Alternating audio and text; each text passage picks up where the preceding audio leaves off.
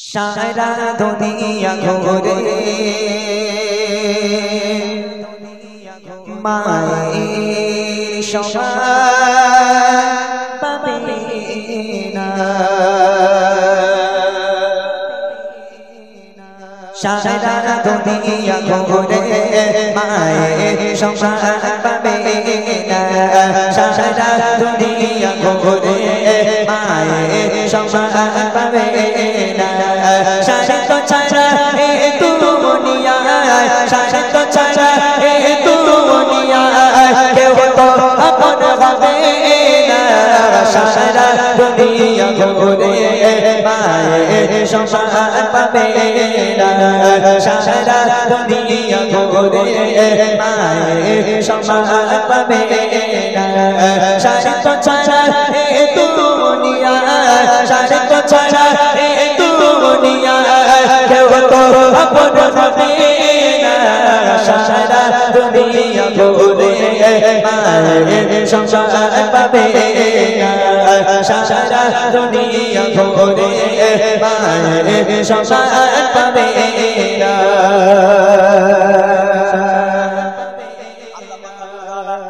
কালামুল্লাহ শরীফের মধ্যে বলেন বিসমিল্লাহির রহমানির রহিম ওয়া কাদা রাব্বুকা আল্লা তা'বুদু ইল্লা ইয়্যাহু ওয়া বিল ওয়ালিদাইনি ইহসানা।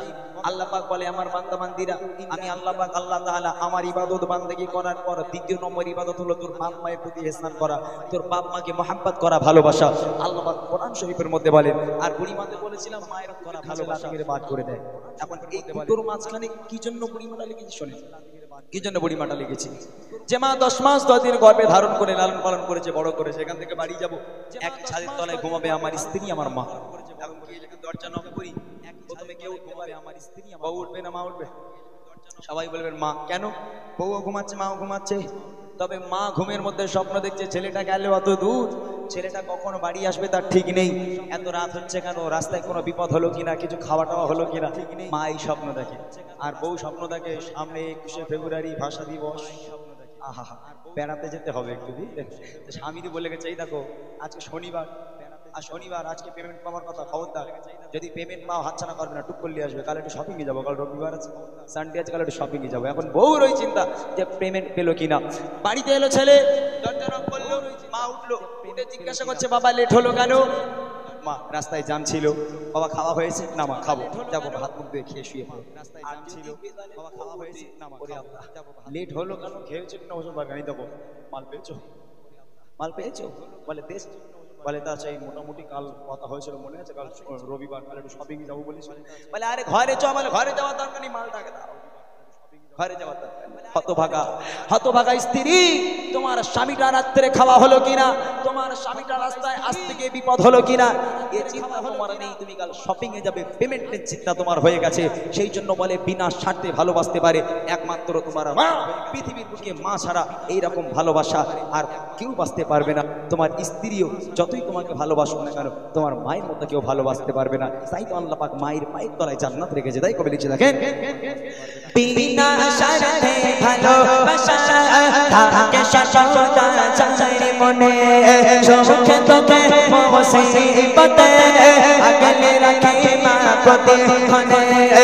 বিনা স্বার্থে ভালোবাসা থাকে সদা চাই মনে, সুখে দুঃখে মুসিবতে আগলে রাখে প্রতিক্ষণে। সেই মায়ের সেই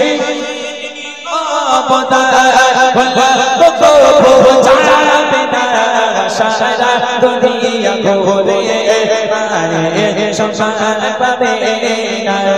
সারা দুনিয়া ঘুরে মায়ের সমান পাবে না। সারা ছাড়া এই দুনিয়া, সারা ছাড়া এই দুনিয়া কেউ তো আপন হবে না।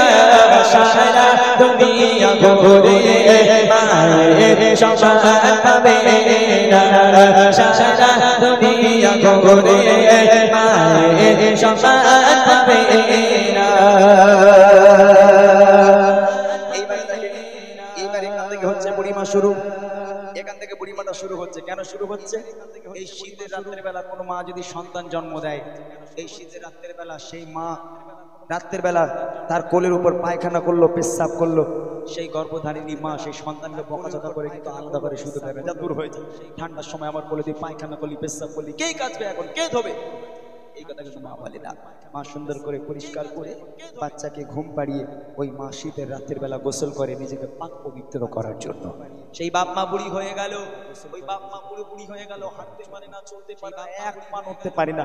ওই বাপ মা যদি বিছানার উপরে কিংবা ঘরে বারান্দায় একটু পায়খানা করে, পেশাব করে, তখন তোমার ঘাড়ে বাজ পড়ে।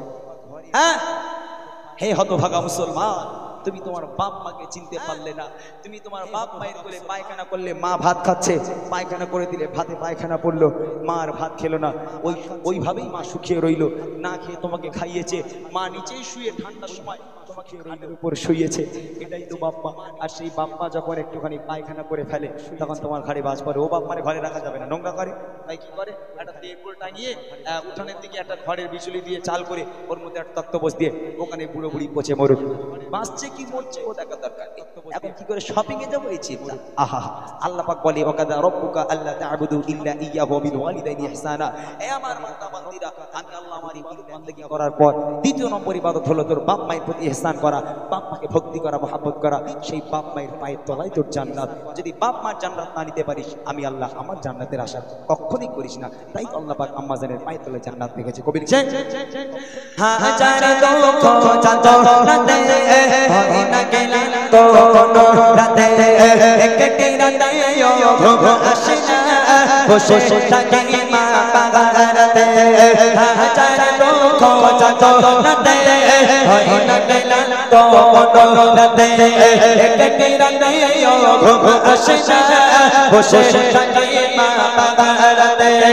আল্লাহ মহা উপহার, আল্লাহ মহা উপহার, হয় না কোনো চার দোলনা, সারা দুনিয়া ঘুরে মায়ের সম্মান পাবে না, সারা দুনিয়া ঘুরে মায়ের সম্মান পাবে না। শরত ছাড়া এই দুনিয়া, শরত ছাড়া এই দুনিয়া কেউ আপন হবে না, সারা দুনিয়া ঘুরে মায়ের সম্মান পাবে না, সারা দুনিয়া ঘুরে মায়ের সম্মান পাবে না, সারা দুনিয়া ঘুরে মায়ের সম্মান।